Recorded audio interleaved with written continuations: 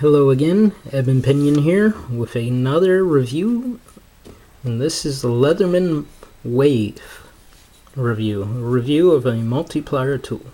And this, the Wave is, I think, the #1 selling multi-tool, probably multiplier tool in the world, and I think it's the #1 selling from Leatherman because it's a great tool. If you want to get a multi-tool, this is the right one to have in your collection. And it's just I don't know what I can say bad about this tool. There isn't much that I can say bad about this tool because it is a great multi-tool. And I know some people might say, well, it's a little overhyped. Certainly there are multi-tools that can do more or can do it better than this. Definitely. And I know that you can get, a good multi-tool for less than you can a Wave. I mean, the price of this has jumped up over the years. Luckily, I got mine, when it was reasonably priced, I'll put it that way. Nowadays, you might find them for $80 to $90, and it's like, I think I'd rather go with a Leatherman Surge at that price. The Leatherman Surge will certainly be stronger and have better scissors, and just do more than this can, and it only cost you a few bucks more. So, nowadays I would recommend the Surge, but the Wave is still nevertheless a great tool. So going into it, this one's claim to fame was that it has implements on the outside, and this is the actual revised version of the Waves. There was a Wave that came out, I think, in '98, and then they redid it in '04. And so this is the '04 version that has been around for over 10 years now. So, going into the outside tools, you have a nice, it's roughly 3-inch, what they call a clip point blade, flat ground, straight edge, and it locks with a liner lock. All the tools on the outside lock with a liner lock, and it's made of 420 HC. That's 420 high carbon steel, and Leatherman does it well with their 420 HC. They make a wicked edge on these knives. It's screaming sharp, and so it's a very nice blade. Opposite of that is their famous wood saw, which is a good wood saw. It locks up with a liner lock as well. And here, it's protruding some, but there's actually a lanyard ring in the saw area that you can push out and use. On the other side, there is a sheep's foot serrated blade, fully serrated and flat ground, and then at the secondary bevel it's chisel ground. Again, locks, and that's 420 HC as well. And then here is the 3-sided file, diamond coated, and then the middle saw, and then the coarse file on the back here. And as you see, mine has a removable pocket clip on it. You can get a removable pocket clip. Just put that in there and locks in with this lock.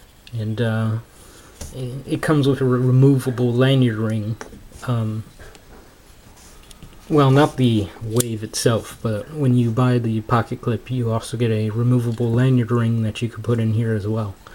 I have that, but I prefer the pocket clip.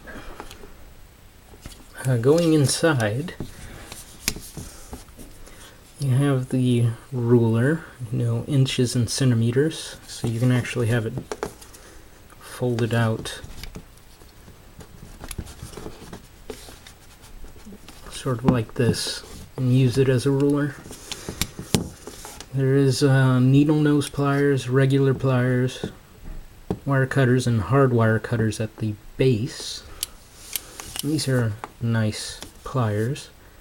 They're the same ones you can find on the Charge models. So if you're thinking of getting a Charge, I would say get a Charge AL. But any more than that I think would be ridiculous. But you can certainly do fine with the Wave. It can do everything a Charge AL can do. It's just with a Charge AL you're going to have aluminum handle scales and a 154 cm blade. That's the only difference. And I have a Charge AL and I love it. That's the multi-tool I carry. But you can do fine with the Wave, no problem. I've carried the Wave for quite a while and used it no problems. Other than, certain times the wire cutters can't cut certain wire, of course, and the scissors I just felt weren't very adequate for what I needed them for, at least at the time. Now at the time, they're more than sufficient. But let's go into the tools here. Everything locks with this rocker lock. And you have a large flathead, a small bit driver, and it has a small flathead on one side and a small Phillips head on the other. And then, of course, the scissors.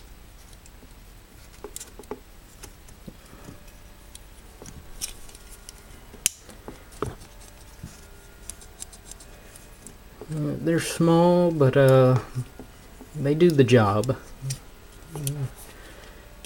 And then we have the large bit driver with the number 1 flathead, or number 1, number 2 Phillips, sorry, and the 3/16 flathead. Again, all locking here too as well. And then the can opener / bottle opener with a wire stripper here.